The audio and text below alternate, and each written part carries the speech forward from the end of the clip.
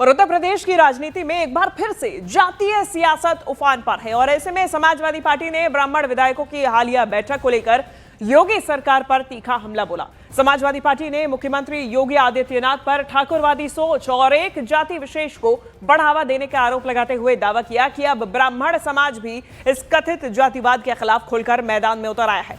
सपा का कहना है कि अब तक दलित, पिछड़े और मुसलमान इस रवैये के शिकार थे, लेकिन अब ब्राह्मणों की यलगार ने भाजपा की मुश्किलें बढ़ा दी और 2027 में सत्ता से विदाई तय है। सपा के सियासी हमले के बीच यूपी विधानसभा के शीतकालीन सत्र के दौरान ब्राह्मण विधायकों की अहम बैठक ने राजनीतिक हलकों में हलचल और भी ज्यादा तेज कर दी है। सत्र के तीसरे दिन मंगलवार शाम कुशीनगर से भाजपा विधायक पीएन पाठक के लखनऊ स्थित आवास पर यह बैठक हुई, जिसे सहभोज का नाम दिया गया। पूर्वांचल और बुंदेलखंड के करीब 45 से 50 ब्राह्मण विधायक इसमें शामिल हुए।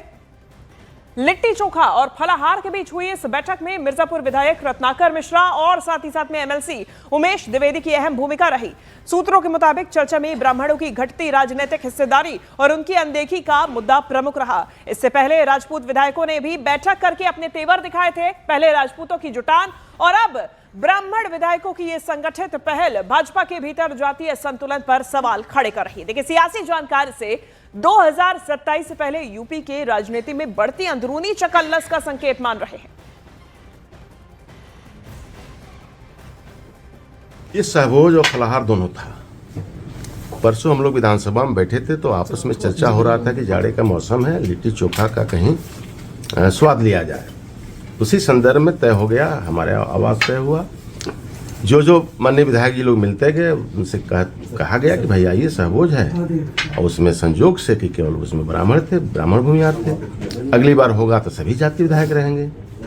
और बैठ करके जो चर्चाएं हुई हैं SIR के बारे में, जो इस समय चल रहा है, ज्वलंत वही है, उसके बारे में विधानसभा जो लोग आए थे अपने विधानसभा के बारे में चर्चा की, पारिवारिक चर्चाएं हुई, केवल यही था। अब मीडिया पता नहीं क्या क्या कि ब्राह्मण नाराज हैं, ऐसा कुछ है नहीं।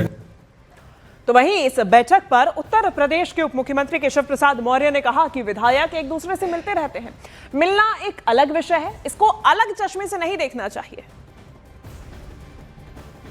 मुझे लगता है कि जब विधानसभा का सत्र चलता है तो इसको ब्राह्मण और क्षत्रिय और पिछड़ा और अनुसूचित वर्ग से जोड़ के मत देखा करिए। विधायक एक दूसरे से मिलते रहते हैं, वो मिले हैं, उस तो कोई गलत बात नहीं है।